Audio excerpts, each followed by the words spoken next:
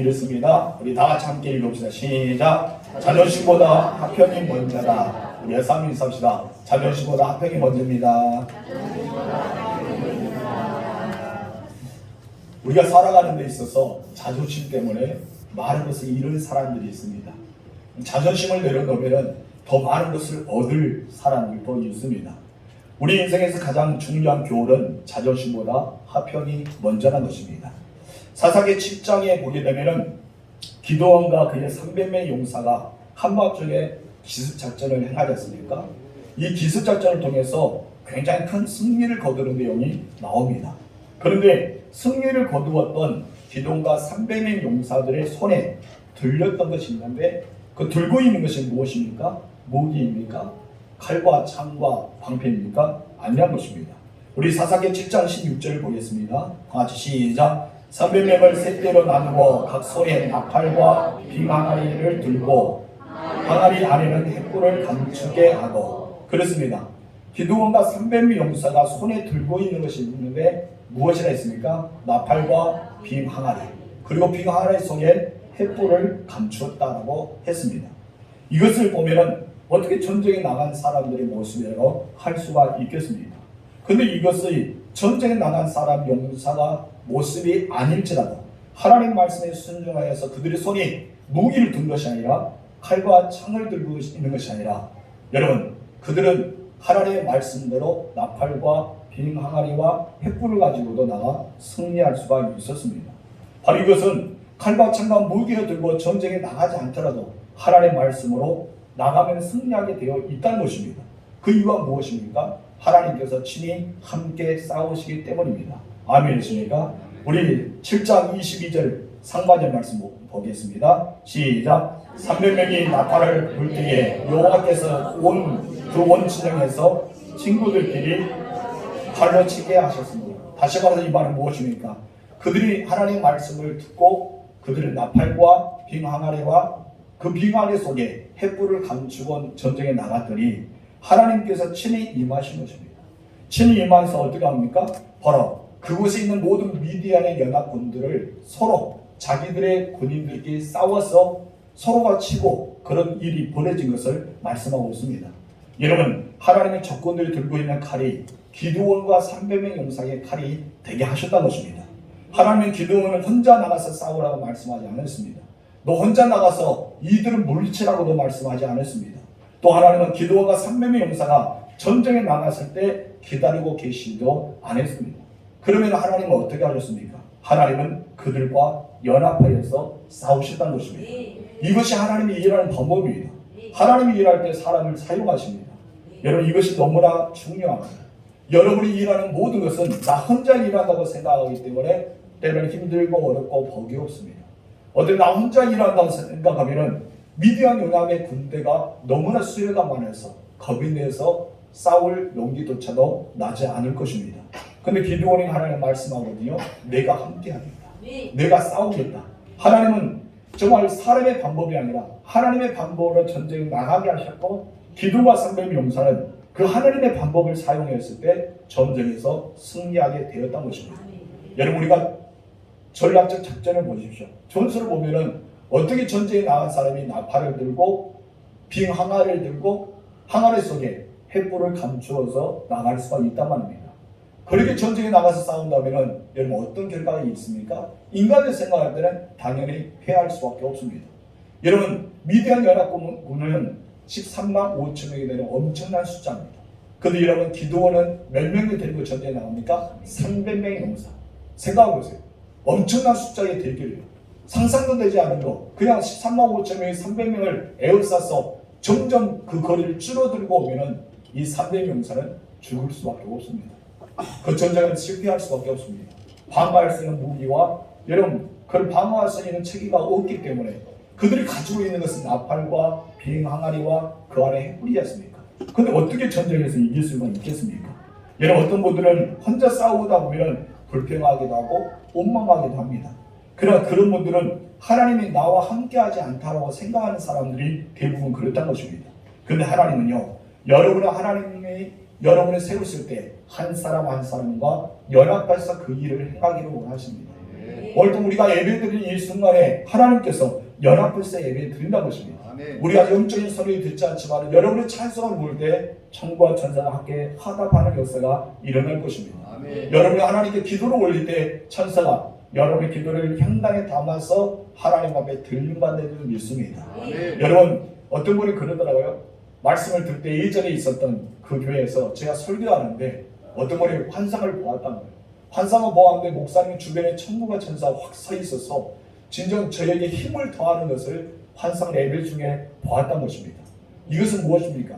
담임 목사 혼자 설교하는데 저 혼자 목소리 높여서 설교한 것이 아니라 그만큼 천국과 천사가 저에게 도우셔서 말씀을 대언할 수 있는 힘을 주셨다는 것을 우리는 볼 수 있습니다. 여러분 어떻게 그런 은혜의 환상을 주셨는지 몰라도 그런 은혜의 환상을 보았던 분들이 저에게 이야기했습니다. 이것이 바로 하나님께서 연합하신다는 것입니다. 여러분이 하나님의 도구로 사용하셔서 하나님과 연합하여 승리하게 주님으로 축복합니다. 그런데 이렇게 전쟁의 승리 가운데 은혜 가운데 마무리할 즈음에 예상치 못한 일이 일어나고 말았습니다. 여러분 교회도 그래요. 은혜 가운데 평안하게 살아갈 때 예상치 못한 일이 일어납니다. 여러분 가정에서도 여러분 사업하는 곳에도 직장생활과 많은 농사 지을 때도 그러잖아요. 그냥 잘 되고 있다가 예상치 않은 일들이 일어날 때가 있습니다. 여러분 교회가 그렇다는 것입니다. 세상 일도 그렇다는 것입니다. 그것은 바로 사단이 우리가 잘 되는 것을 보고만 있지 않는다는 것이죠. 가만 놔두지 않습니다. 하나님께서 기도와 그의 300명 용사가 싸워서 승리를 거두고 이제 마무리해서 그 왕들을 잡아서 죽이려 하고 그 때에 예상치 못한 일이 일어나고 말았습니다. 어떤 일이 일어납니까? 바로 여기서 보면은 그들과 함께 싸워야 될 사람, 그들과 함께 연합해야 될 사람, 어쩌면 기드온을 힘을 더해 줘야 될 사람, 에브론 사람들이 기드온에게 찾아와서 강력하게 항의하고 있는 것을 보게 됩니다. 지난주 수요일도 우리가 사도행전 강의를 드리면서 그런 말씀이 있지 않습니까? 사도행전에서 교회를 핍박하고 교회의 부흥을 방해하는 사람들이 일부가 아니라 내부에 있다. 내부에 있었다라고 제가 말씀했습니다. 여러분 기드온의 300 용사가 완전히 전쟁에 승리하게 될 즈음에 이제 전쟁의 승리를 거두어서 왕들을 쳐버려야 될 그 시간쯤에 여러분 적은 예부에 있는 것이 아니라 내부에 있었습니다. 그 사람들 누구였어요? 에브라임 사람들입니다. 이 에브라임 사람들이 갑자기 찾아와서 이 기드온에게 강력하게 항의하고 있는 것을 보게 됩니다. 본문 1절 읽어보겠습니다. 다 같이 시작. 에브라임 사람들이 기드온에게 이르되 내가 미디안과 싸우러 갈 때에 우리를 부르지 아니하였으니 우리를 이같이 대답은 어찌 되느냐 하고 그와 크게 다투는지라. 여러분 미디안과 싸우러 갈 때 왜 자기들 부르지 않고 너희들만 갔느냐 이것입니다. 그래서 너희들만 가서 승리를 그 공을 너희에게만 돌려갔느냐 이러면서 굉장히 어떻게 화를 내고 왔다는 것입니다. 그런데 여러분 이 에브라임 사람들이 왜 기드온에게 찾아와서 강력하게 항의하고 있는 줄 아십니까? 그 이유는 에브라임 지파가 가지고 있는 경쟁의식과 우월감 때문입니다. 우월감과 경쟁의식 때문에 그와 같이 되었던 것입니다. 우리 문제는 어디서부터 일어날까요? 첫 번째 같이 읽어봅시다. 시작. 항상 우월감과 경쟁의식이 문제다.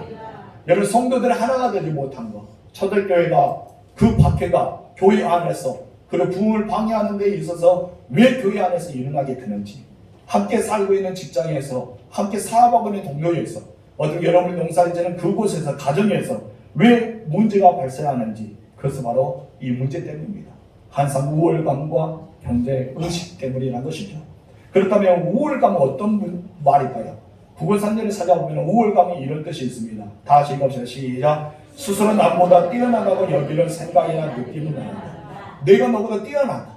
남편이 아내한테 말합니다. 무시하는 거예요. 내가 너보다 뛰어나지 않냐. 때로 아내가 남편을 무시할 때도 있죠. 내가 너보다 뛰어난다. 아니면 여러분은 교회 안에서 그럽니다. 여러분 서로 간의 장로님과 권사님과 안수생과 집사님이 무시하는 거예요. 무시하면서 내가 너를 뛰어난다. 이런 우월감이 있기 때문에 여러분 어떻게 됩니까? 자신들의 연약함을 인정하지 않는 거예요. 자신들이 뛰어남에도 불구하고 왜 우리를 부르지 않느냐. 미디안 연합과 싸울 때 우리가 승리를 거둘 수 있는데 왜 너희들만 가서 싸웠느냐. 이러면서 에브라임 사람들이 다투지 않습니까? 무엇 때문에 나가요? 우월감 때문입니다. 또한 경쟁의식입니다. 경쟁의식은 어떤 뜻이 있을까요? 국어사전에서 이런 뜻이 있습니다. 다 같이 읽어봅시다. 시작. 남과 경쟁하여 이기지 않은 의식을 바랍니다. 남과 경쟁하여서 이기고 싶어요. 여기 에브라 사람들은 누구를 이기고 싶은 거예요? 미디안 연합군을 이기고 싶은 것이 아닙니다. 조건에 이기고 싶은 마음이 없어요. 그럼 누구를 이기고 싶습니까? 기드온에 속하고 있는 므낫세를 이기고 싶은 거예요. 여러분, 기드온은 므낫세 지파 중에 한 사람이었습니다. 에브론과 기드온은 어떤 사람들이에요? 여러분, 에브론 기드를 보면은 우리가 과거로 돌아가야 됩니다. 과거로 돌아가면은 왜 에브론 사람들이 기드온에게 우월감과 경쟁의식을 갖게 되었는지 그것을 알려면은 여러분 창세기 48장에 그것을 돌아가야 돼요. 그것을 보면은 야곱이 요셉의 아들 두 사람에게 축복의 기도합니다. 어떤 요셉이 자기 아들을 데리고 와요. 므낫세와 에브론을 데려옵니다. 그런데 이 야곱이 정확하게 큰 아들에게 손을 오른쪽으로 올리고 작은 아들에게 이쪽으로 손을 올려서 큰 아들의 복을 더 많이 빌어야 되는데 어떻게 합니까? 반대로 손을 올립니다. 반대로 올려서 여러분 야곱의 손이 에브론의 손에 올라가고 또한 일쪽이 므낫세의 손에 올라간 거예요. 그렇게 되는 것입니다. 그렇게 되어서 서로 간의 경쟁의식이 그때부터 시작하게 됩니다. 우리 창세기 볼까요? 48장 19장 중간 말씀 시작.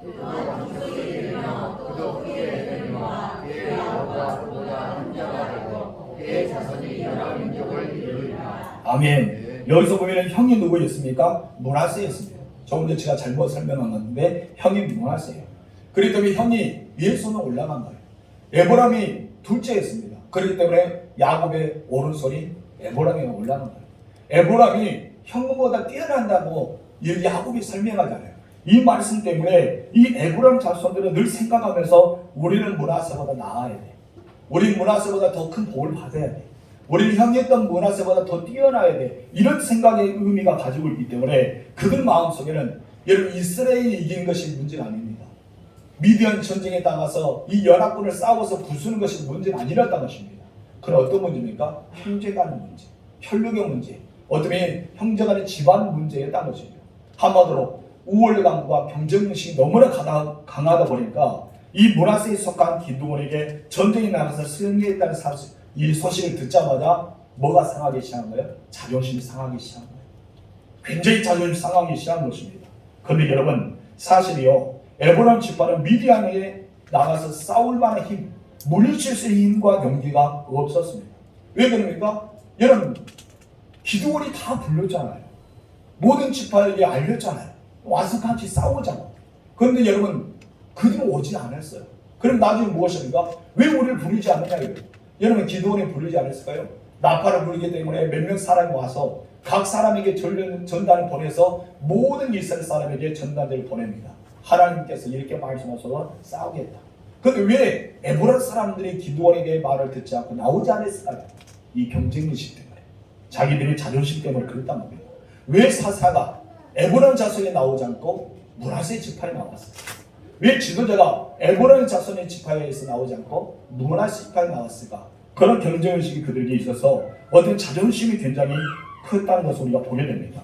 에브론 지파는 무엇 때문에 이처럼 당당하게 기드온에게 와서 강력하게 항의했다고요? 바로 세 가지. 자존심과 우월감과 경쟁의식 때문이라는 것입니다. 우리 교회 안에서 이런 일이 있으면 안 됩니다. 여러분 가정 안에서도 이런 일이 있으면 안 됩니다. 그러면요 교회는 무너집니다.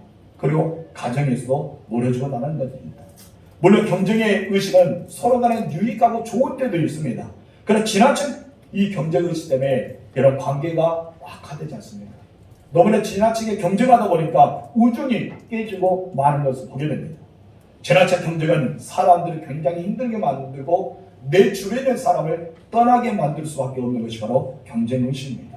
교회 안에서 이 경쟁의식이 여러분 많은 사람은 의외의 세상에서 교회를 들어와서 서로 간의 경쟁의식을 가지고 살아가는 사람들이 있습니다.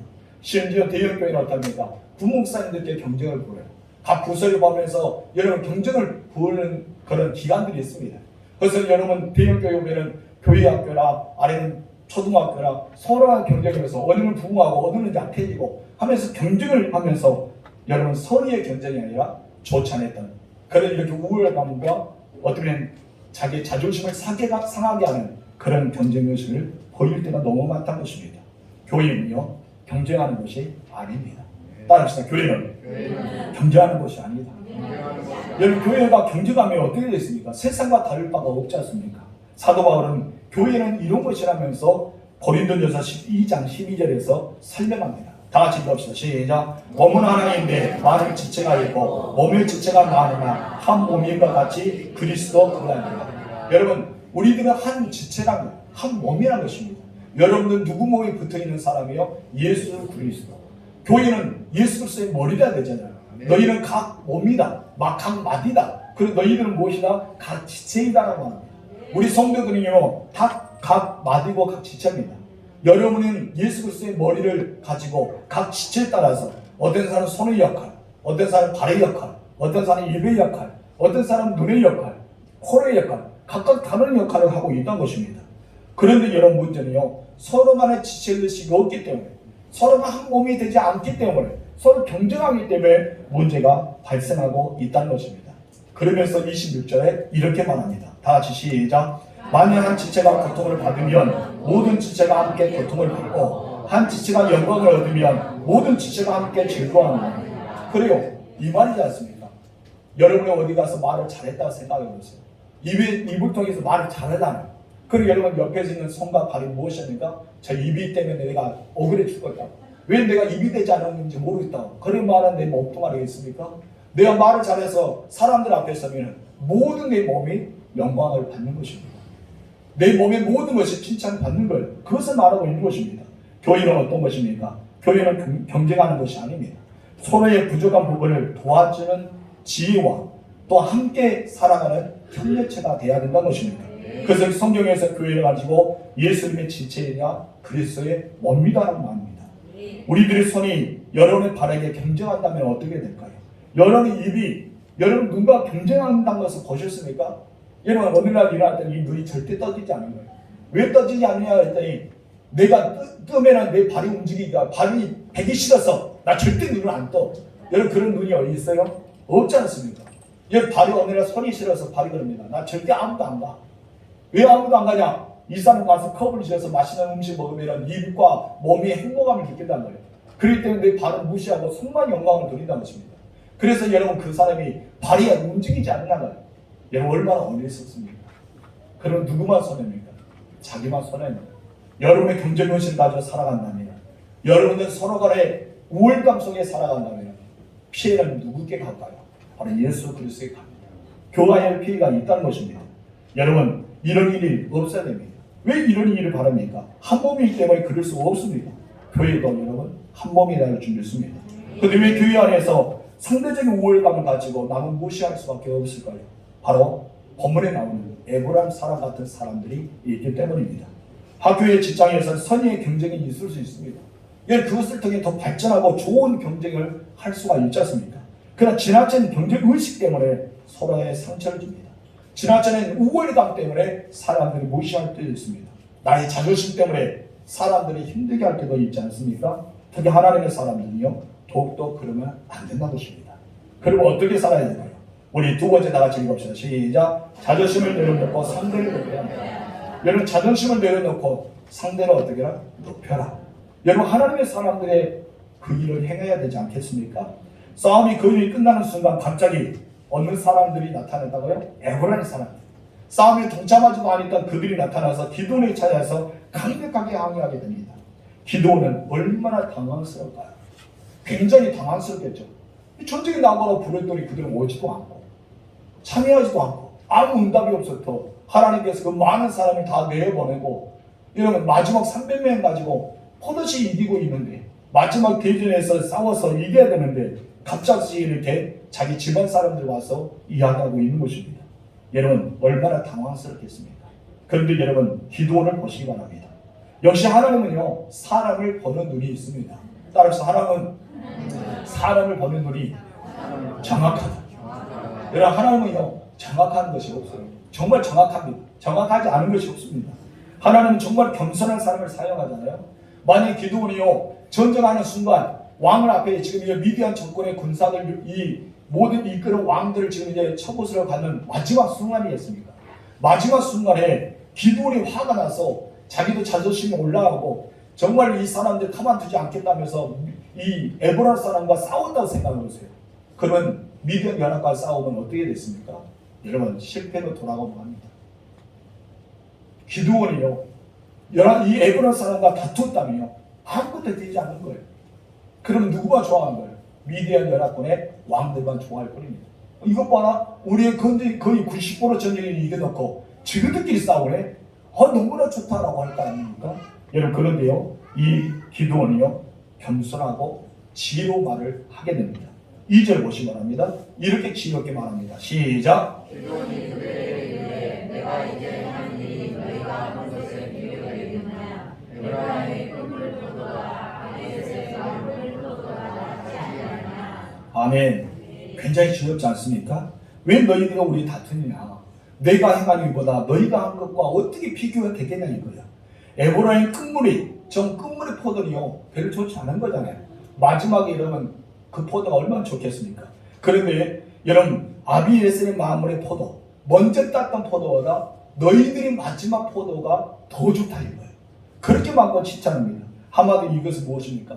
여러분 기드온 자신과 자기에 속하였던 이 므낫세 지파가 처음부터 주도했던 전쟁입니다. 처음부터 주도했던 전쟁이지만은 마지막 너희가 참여해 주셔서 너무나 고맙다. 마지막 전쟁은 남아있다. 바로 왕들을 쳐부숴야 되지 않겠냐. 너희들 오기를 잘했다. 정말 너희들 와서 마지막에 이렇게 도와준다니 너무나 감사하다. 그러면서 그들을 높여주고 있는 거예요. 한마디로 마지막에 참여했던 당신들의 공로가 더 크다. 너무나 잘했다 하면서 그들을 칭찬해서 올려줍니다. 여러분 어떻게 이렇게 말할 수 있을까요? 전쟁에 참여해달라고도 그들은 꼼짝하지 않았잖아요. 그들 끝까지 지켜보고 있는 사람이었습니다. 어디 보자. 므낫세 그리고 기드온과 그의 백성들 우리 없이도 잘한다 보자 하면서 뒤에 물러섰단 것입니다. 그런데 여러분 어떡합니까? 역적이 되거든요.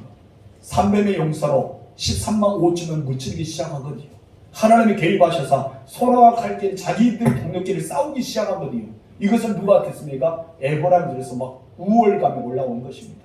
자존심이 올라오는 것입니다. 경쟁의식 때문에 우리가 갔었는데 우리가 싸웠었는데 왜 우리는 그 300명 용사에 들지 못했지? 그런 마음이 막 부풀어 오르기 시작합니다. 그래서 기드온에게 찾아왔는데 여러분 싸움거리를 만들어 주셨을까요? 아니란 것입니다. 여러분 기드온이요 싸움으로 왔던 사람에게 싸움거리를 만들어 주지 않았습니다. 왜 만들어 주지 않았습니까? 기드온이 자존심을 내세우지 않았다는 것이죠. 너희들의 행동보다 내 일이 이렇게 많다라고 말하지도 않았다는 것입니다. 기드온이 에브라임 사람들에게 너희가 어떻게 이렇게 말할 수 있느냐? 너희가 그렇게 말해도 사람이야? 도대체 너희가 어느 민족 사람이야? 이렇게도 따지지도 않았다는 것입니다. 역시 기드온이요 겸손한 사람입니다. 마음을 높여줄 수 있는 사람이 기드온이었습니다. 하나님의 보는 눈은 정확합니다. 기드온은 철저하게 자기 낮추고 상대편을 높여주는 말을 3절 중간에서 3절 상반절에서 이렇게 말합니다. 다 같이 읽어보세요. 시작. 하나님 미디안 광대의 오랫과 세력을 너희 손에 넘겨주셨으니 말합니다. 마지막 연합군의 왕들 저것을 우리가 가고 있는 이 상황에서 어떻게 한다? 너희의 손에 넘겨주었다. 우리가 가서 싸울 수 있는데 너희의 손에 넘겨주셨으니 내가 한 일은 어찌 너희가 한 것과 뭐하게 되겠냐? 비교되겠느냐. 한마디로 전쟁에 참여하게 만든 거예요. 그 일을 할 수 있도록 참여할 수 있도록 그 길을 열어주신 것입니다.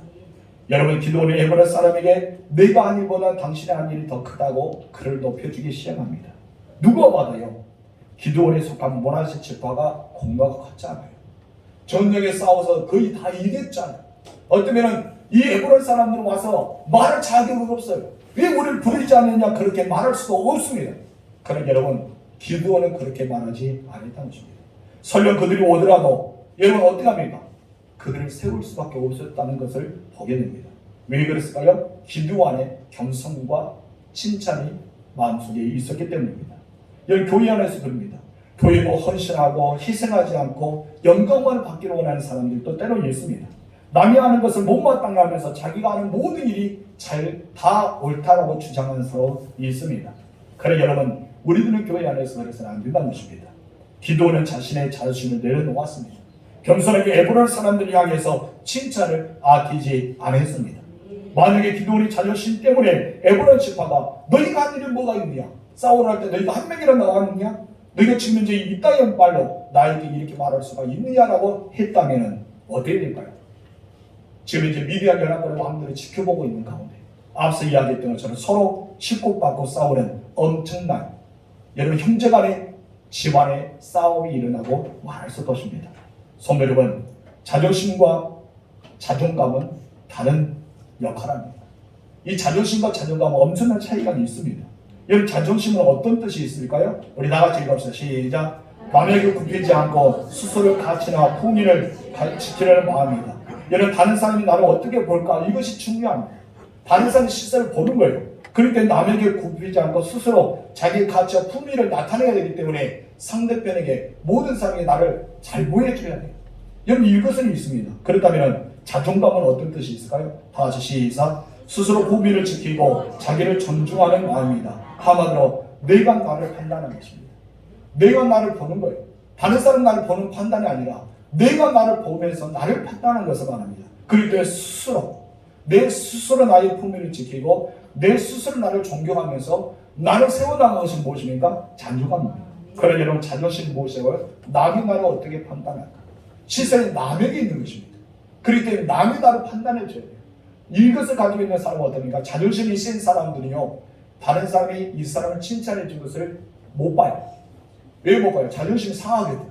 근데 이런 자존감이 높은 사람이요, 그렇게 할지라도 그래 너희들은 서로가 내가 잘할지라도 나는 지금까지 잘해왔어. 자기를 높여주는 거예요. 그래 나는 하나님께 쓰임받고 있어. 너희가 서로 그 영광을 위해 살아간다 하더라도 나는 아는 대로 이곳에서 나는 최선을 다했으니까 하나님 기쁨이 있는 거야. 이렇게 살아간 것입니다. 그런데 여러분은 자존심이 강한 사람이 되지 마시고 자존감이 강한 사람이 되시기 바랍니다. 여러분 하나님의 사람들이요 자존심을 늘어놔야 돼요. 그 대신 뭐를 높여야 됩니까? 자존감을 높여야 할 줄 믿습니다. 하나님의 자녀로 왕같은 세상에 우리를 부르셨잖아요. 여러분 하나님께 보시기에 보배롭고 존귀하고 사랑스럽게 보잖아요. 여러분은 그런 분들이요 신분의 자체가 다른 거예요. 그러니까 여러분들은 자존심을 내세울 필요가 없어요. 여러분 무엇으로 살아가야 됩니까? 자존감으로 살아가야 돼요. 실수하고 실패할 수도 있습니다. 남들과 비교해서 내가 떨어질 수도 있습니다. 내가 연약할 수 있습니다. 그냥 당당하세요. 하나님 여러분 부르셨잖아요. 하나님 여러분을 하나님의 사람 만드셨잖아요. 하나님 각자 위치에서 여러분이 하나님께 쓰임받게 하셨지 않습니까? 그럼 우리는 하나님 보시기 아름답게 살아갈 수 있는 내 스스로에게 자존감을 높일 수 있는 사람이 되어야 할 줄 믿습니다. 자존심을 내려놓으십시오. 자존심이 있으면 여러분 부흥도 안 됩니다. 교회는 하나님마다 꼬이게 됩니다. 다툼과 싸움과 분쟁이 일어날 수밖에 없습니다. 사도 바울은 빌립보서 2장 6절에서 14절 쭉 보면은 예수님이 하나님의 아들로서 살아갔다. 그런 모든 것을 다 버리시고 사람들의 입장에서 내려와서 아주 낮은 곳에서 너희에게 십자가를 못 박아 죽일까지 복종하시 않았느냐. 그 말을 하고 있는 거예요. 이 예수님께서 하나님 아들로서 이 자존심을 건들 수밖에 없는데 예수는 왜 자존심을 버리지 않고 여러분 자존심을 내려놓을 수 있었을까요? 바로 많은 사람을 구원하기 위해 하나님을 사랑하고 있는 사람을 사랑하기 위해 저들에게 정말 하나님을 사랑을 나타내기 위해서 하나님께서는 그 아들 이 땅에 보낼 때 순종함으로 그를 행했던 것입니다. 여러분 싸우고 있는 사람들 가만히 보게 되면요 서로의 자존심 때문에 싸울 때가 많습니다. 에베레 사람들도 여러분 기드온에게 싸움을 걸어왔습니다. 싸움을 걸어왔던 것이 무엇 때문에 했습니까? 자존심과 우월감과 경쟁의식 때문에 왔다 했지 않습니까? 하지만 기드온이요 자존심을 내려놓고 상대를 대했습니다. 그래서 상대에게 대하면서 그들에게 큰 다툼이 일어나기 그 직전에 여러분 기드온은 얼마나 화가 나겠습니까? 얼마나 짜증나겠습니까? 나는 지금 힘들게 싸워서 지금 하나님 앞에 몇 번이나 이렇게 항의하면서 죽을 뻔해갖고 여기까지 왔는데 저들은 한 번도 꼼짝하지 않고 나에게 항의하니 얼마나 힘들겠습니까? 그러나 기드온이요 그렇지 않았습니다. 자기의 자존심을 내려놓고 그 상대방을 어떠합니까? 칭찬하기 시작합니다. 그랬더니요 놀라운 일이 일어나기 시작합니다. 성도 여러분 우리가 싸우고자 하지 말고 내 자존심을 내놓고 주님의 시선을 바라보세요. 주님의 시선을 바라보면 싸움을 걸어왔던 사람들을 바라보지 말고 주님의 시선을 바라보면 하나님께서 합력하여 서로를 이런 놀라운 축을 베풀어 주십니다. 어떤 놀라운 일이 일어났습니까? 본문에 나타납니다. 세 번째 다 같이 읽읍시다. 시작. 노염의 풀렸다. 크게 노염을 가지고 경쟁의식 가지고 우월감 가지고 자존심을 가지고 나왔는데 그들이 풀렸다. 어떻게 이렇게 풀릴 수 있어요? 여러분 예서가요 야곱을 주기 위해서 300명 훈련된 군사를 데리고 오잖아요. 여러분 지금 이제 야곱은 어디 있습니까? 야곱 강가의 나루터에서 홀로 기도하고 있어요. 기도하지 않고 건너갔다면 에셀가 그 모든 야곱의 식구들을 다 죽였을 거예요. 근데 하나님 앞에 기도합니다. 하나님께 기도하고 나아갔더니 겸손한 마음으로 자존심을 내려놓고 형에게 주인의 의식을 가지고 당신 나의 주인이라 하면서 야곱이 형이 높여주잖아요. 여러분 야곱이 형을 에셀을 칭찬해줘요. 여러분 지금 이제 이 원수 같은 야곱을 죽이고 말겠다고 생각했던 에셀가 죽이기 위해서 왔는데 그 순간 에셀 마음이 녹여집니다. 완전히 녹아집니다. 그래서 서로가 입을 맞추고 울면서 정말 너는 나의 혈육이 아니야. 너는 나의 친형제가 아니야. 하면서 굉장히 화해에게 정말 기쁜 마음으로 그 모든 문제가 해결되지 않습니까? 여러분 문제는 여기입니다. 자존심을 세우게 되면 노여움이 풀리지 않습니다. 자존심을 내려놓을 때 뭐가 풀리기 시작합니까? 노여움이 풀리기 시작합니다. 3절 하반절을 읽겠습니다. 시작. 아멘. 기도원이 이 말을 할 때 그때란 것입니다. 기도원이 그 말을 할 그때에 에브라임 사람들이 노예를 풀렸다고 볼 수 있습니다. 우리는 그때가 중요합니다. 그때가 어떤 때입니까? 에브라임 사람들이 싸움을 걸어올 때, 기도원에게 따지고 있는 그때에, 싸움이 크게 번질 수밖에 없는 그때에 여러분 에브라임 사람들의 노예임이 풀렸다는 것입니다. 교회 일을 하다 보면요 그런 사람들 있잖아요. 여러분 하나도 도와주지 않고 나중에 가서 막 이야기하는 사람, 아니면 여러분 사업에 직장할 때도 나중에 가서 큰 소리 치는 사람들. 우리는 세상에서도 여러분 그런 모든 삶을 살다 보면 경험할 수 있지 않습니까? 그때 굉장히 기분 나쁠 수도 있지 않습니까? 그럼 우리는 오늘 본문의 말씀을 통해 세상의 지혜를 배워야 됩니다. 기도는 자신의 자존심을 내려놨다는 거예요. 자기의 분노를 사랑으로 바꾸었습니다. 자기들을 향했던 그 비난을 칭찬으로 바꾸었습니다. 싸움을 걸어온 적대감을 온유함으로 바꾸게 되었다는 것입니다. 여러분 이것을 보면 이 기도원은요 어떤 사람이었습니까? 자존심을 내려놓은 사람, 분노를 사랑으로 바꾸는 사람, 비난을 칭찬해 주는 사람, 그리고 싸움을 걸어온 적대감을 온유하게 받아들이는 사람이 기도원이었습니다. 다 같이 따라합시다. 자존심을 내려놓고 분노를 사랑으로, 비난을 칭찬으로, 적대감을 우월함으로, 온유함으로, 죄송합니다. 우월감은 큰일 날 뻔했어요. 적대감을 온유함으로. 아멘. 그럼 놀라운 일이랄 줄 믿습니다. 기도는 자신의 자존심을 내려놓았습니다. 에브라임의 사람들이 세워지기 시작합니다. 지혜왕 솔로몬은 잠언서에서 이렇게 말하잖아요. 15장 1절 말씀 읽어봅시다. 시작. 온수한 대답은 분노를 쉬게 하리라. 과격한 말은 노를 교통한다. 과격한 말을 썼던 사람 누굽니까? 에브라임이라고 생각하세요.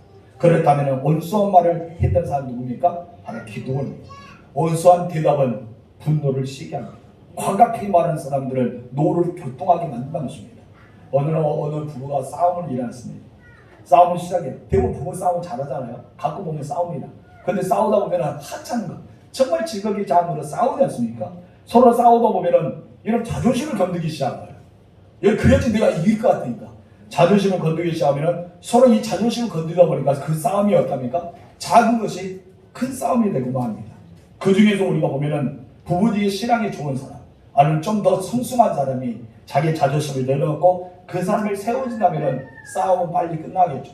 근데 여러분 배우면 어떻습니까? 옛날 것까지 가지고 와서 이미 해결됐던 거 옛날 10년 전에 20년 후에 가져왔던 그 소원함.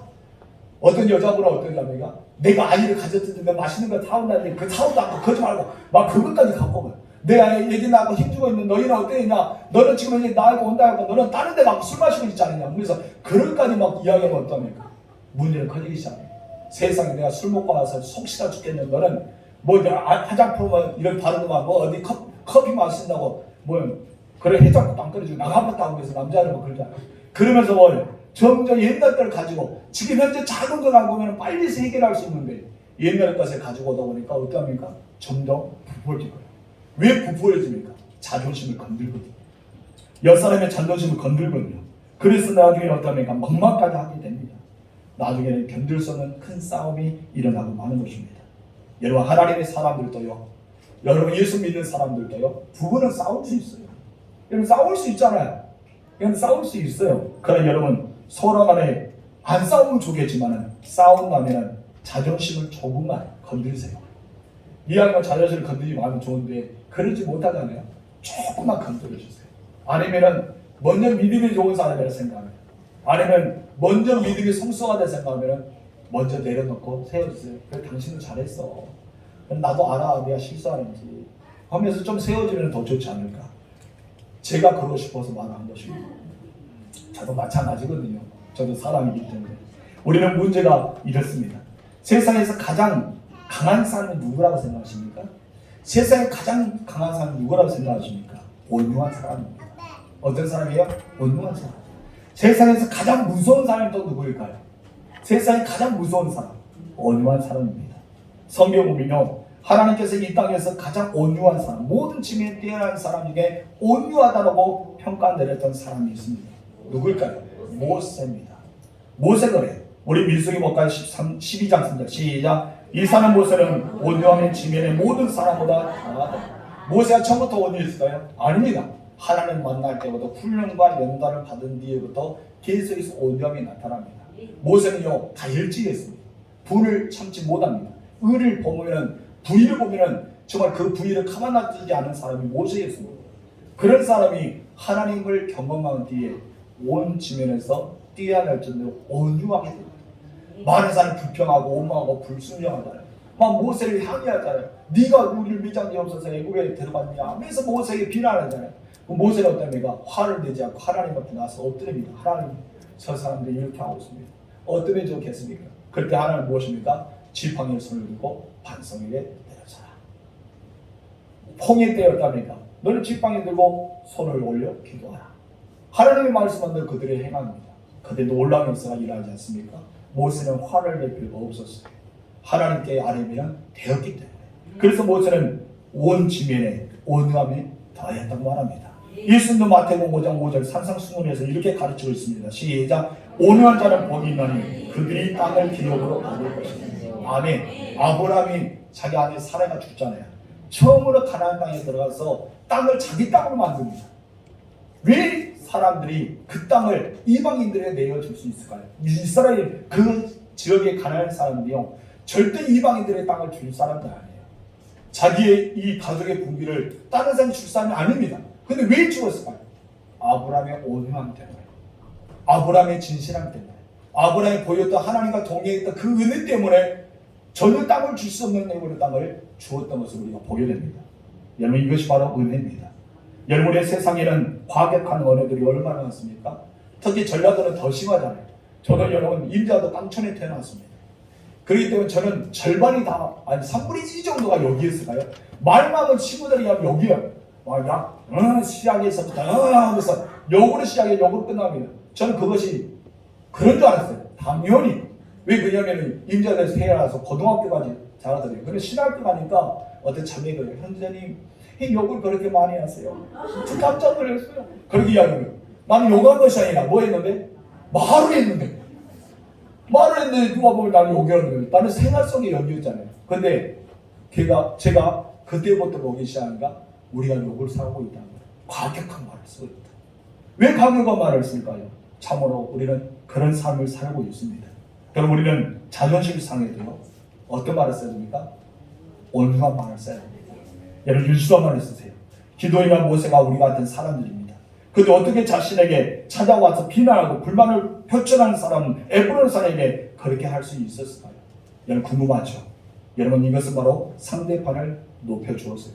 자존심을 내려놓고 상대방을 놓아주었다는 것입니다. 첫 번째 같이 읽읍시다. 시작. 싸움의 대상을 바로 알았기 때문입니다. 기도는 5절 중간에서 이렇게 말합니다. 시작. 나는 미디어 왕들인 세마와 살므나의 뒤를 출격하고 있느라. 기드온은 지금 현재 도망가는 미디안 왕들을 잡으라는데 상의 목적이 있었어요. 에브론 사람들 자들이 와서 따지고 있는 것인데 자기들 목적은 에브론 사람과 싸우는 것이 목적이 아니었단 말이에요. 집안 사람과 싸우는 것이 목적이 아니었단 것입니다.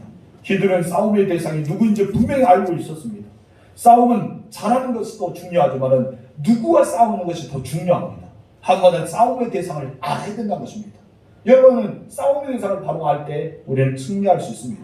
그래서 이런 말이 있잖아요. 다 같이 읽읍시다. 시작. 적을 알고 나를 알면 백전백승이다. 아멘. 이것은 바로 적이란 거예요. 자기의 싸움의 대상은 적이 아닌 것이 아니라 적이란 것입니다. 아군 아니고 형제가 아니고 부부가 아니고 우리 교인들이 아니라는 것입니다. 적을 알아야 됩니다. 여러분 우리의 싸움의 대상은 혈관 육이 아니라는 것입니다. 보이지 않는 영입니다. 사도 바울은 에베소서 6장 12절에 이렇게 말합니다. 시작. 우리의 싸움은 혈관 육에 상대하는 것이 아니요 통치자들과 권세들과 이 어둠의 세상 주관자들과 하늘에 있는 악의 영들을 상대합니다. 아멘. 여러분 우리는 성도들과 싸움을 우리는 이긴들 무슨 유익이 있습니까? 부부하고 싸움들 무슨 유익이 있습니까? 형제와 싸움들 무슨 유익이 있느냐 이것입니다. 여러분 영적으로 보면 여러분 성도들과 싸우면 하나님 기뻐하실까요? 여러분 믿는 부부들이 서로 싸우면 하나님 기뻐하실까요? 아니란 것입니다. 그 싸움을 보시는 하나님은 기뻐하지 않습니다. 이것입니다. 하나님은 전혀 기뻐하지 않는다는 것입니다. 왜 기뻐하지 않을까요? 그들은 싸움의 대상 아니기 때문입니다. 성도와 성도는 싸움의 대상 아닙니다. 남편과 아내는 싸움의 대상이 아닙니다. 용서하고 사랑하고 섬겨주는 대상입니다. 따라합시다. 내 남편과 내 아내는 용서하고 사랑하고 섬겨주는 대상이에요. 싸움의 대상이에요? 아니란 것입니다. 여러분이 팬이잖아요. 여러분과 함께하는 동역자잖아요.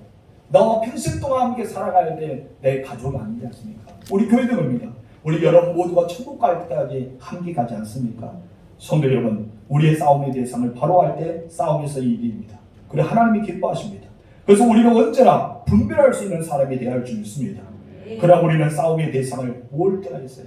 사랑의 대상을 싸울 때가 있지 않습니까? 싸워야 될 대상을 무서워하고 분별하지 못할 때가 얼마나 많습니까? 여러분 그렇기 때문에 싸우고 나면 후회하게 됩니다. 싸우고 나면 마음이 편하지 않아요. 왜 싸우고 나면 후회하고 마음이 편하지 않을까요? 싸움의 대상이 아니기 때문에. 싸움의 대상이 아닌 사람과 싸우면 내 마음이 불편해요. 그리고 왜 내가 그랬을까 하면서 후회합니다. 그래서 싸움의 대상을 싸우고 나면요 마음이 시원합니다. 마음이 기뻐요. 왜 그냥 싸움의 대상이기 때문에. 여러분 싸우라고 늘 그들을 보지 마시고 악한 영을 보세요. 시력이 여러분이 달려드는 이 악한 영, 죄와 싸우고 악한 영과 싸우고 우리는 그들과 싸워야 된다는 것입니다.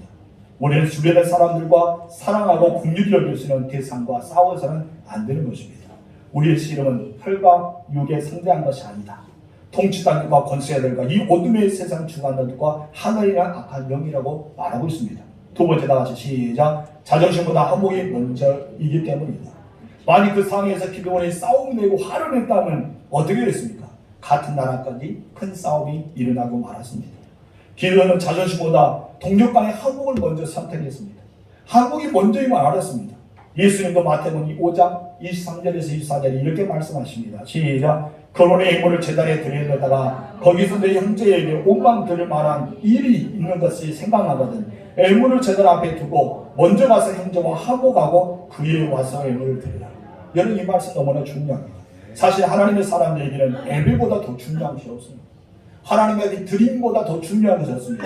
그런데 예수는 무엇입니까? 예배보다 너희 형제와 화목하고 나서 하나님께 나와서 예배를 드려야지 참된 예배가 되지 않겠냐. 많은 형제와 가족끼리 돈 때문에 문제가 생기고 자존심 때문에 상처가 있고 싸우게 되고 시어머니와 어머니가 어떻습니까? 이간질에서 가족이 형제들이 뒤틀리는 관계가 있습니다. 여러분 잘 들어보시기 바랍니다. 돈보다 자존심보다 이간질보다 더 먼저가 무엇이겠어요? 화목이에요. 내 딸이 이랬더라, 내 며느리가 이랬더라, 내 사이가 이랬더라, 내 아들이 이랬더라. 이렇게 말하기 전에 가족의 한목을 생각하는 부모님들이 되세요. 교회도 마찬가지입니다. 우리 장로님이 이랬더라, 권사님이 이랬더라, 집사님이 이랬더라, 안실사님이 이랬더라, 목사님이 이랬더라. 이것을 말하기 전에 한목을 이루는 성도가 되십시오. 여러분의 사업장도, 여러분의 직장도 한목을 이루는데 앞장서기 바랍니다. 왜 그럴까요? 그래야지만 우리가 하나님 앞에 받으시면 예배를 드리고 하나님이 기도할 때 우리 기도가 막히지 않고 그래서 하나님의 하늘의 문을 열고 예배자에게 복을 주시지 않습니까?